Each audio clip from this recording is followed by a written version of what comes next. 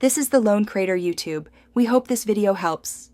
You start by securing the lower stick so it sits steady between the base of your thumb and the outside of your ring finger. This creates the anchor. Once done, rest the upper stick on your index finger and hold it like a pencil. This provides control. Make sure the connector or built-in hinge aligns the tips.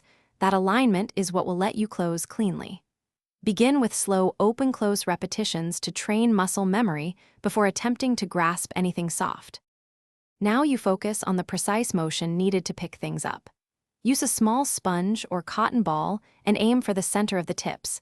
That develops accuracy and reduces dropping.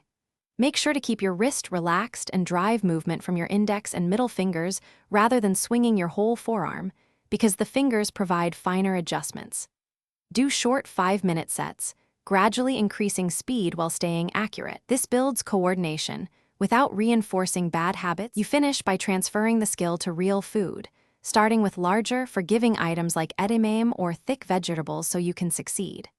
Once you're comfortable, move to smaller items and adjust grip tension. Loosen if you're crushing food, tighten if you're dropping it, because the right pressure is half the technique.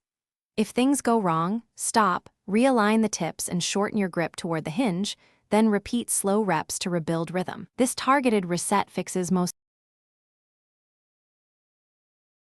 Thanks for watching. Consider subscribing if we helped you.